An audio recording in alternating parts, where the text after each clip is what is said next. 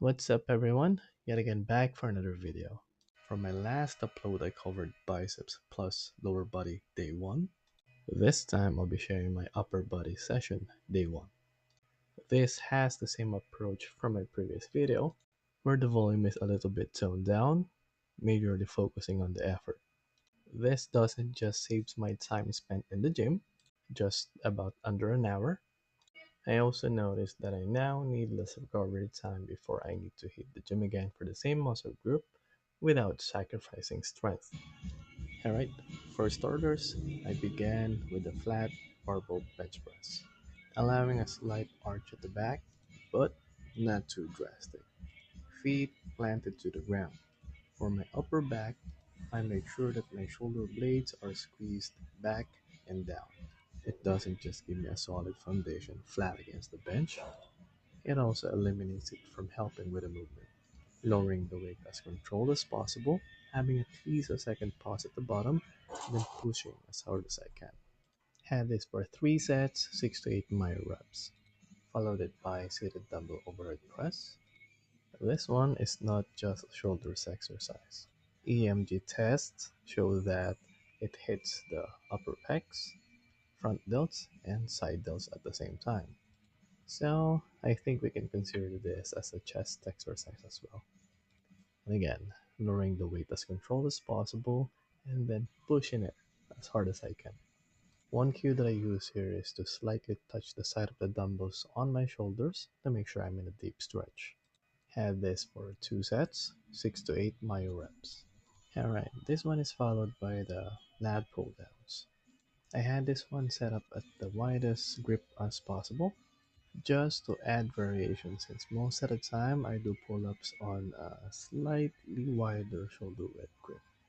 Not much technique going on here. And just make sure to drive the weights down using my elbows to lessen the forearms engagement, as well as avoid drastically swinging back on the way down.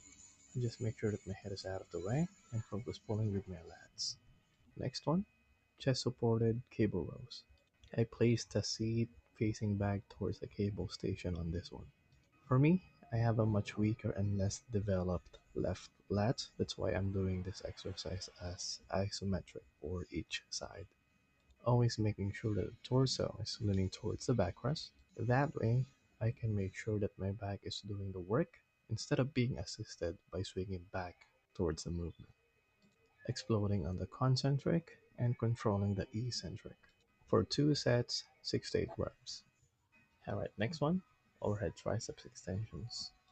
Yeah, another isometric movement. It actually is the contrary this time because it's my right arm that is way underdeveloped and weaker compared to my left arm. What I usually do if I have a much weaker side is do the reps first on the weaker side and then mimic the number of reps that I'm able to complete on the other side. What I do here is to make sure that my triceps are fully stretched at the bottom of the lift. Try exploding on the way up and then control on the way down. And also one thing that you'll notice is I'm trying my best to use little to no momentum in each and every rep.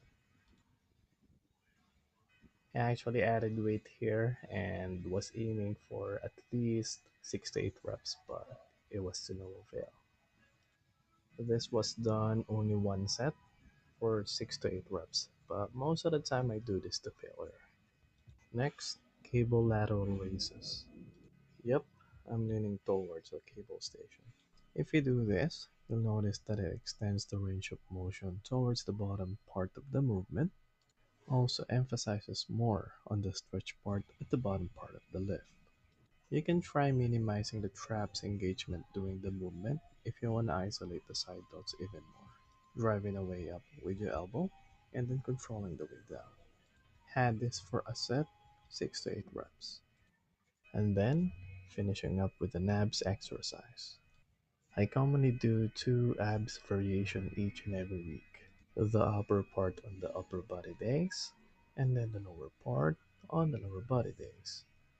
Honestly speaking, I'm still experimenting on the range of motion on this one because I'm having trouble feeling the contraction on my abs if I do a bigger range of motion compared to what I'm doing right now. What I'm doing here is to make sure that the upper part of my body is as rigid as possible, and then focusing the contraction at the upper part of the abs. For the cable crunches as finisher, did it for one set, 6 to 8 reps. And that's about it. I hope you learned something. If you're trying this out, let me know what you think. Don't forget to like and share as well. Thank you so much. I'll see you in the next one.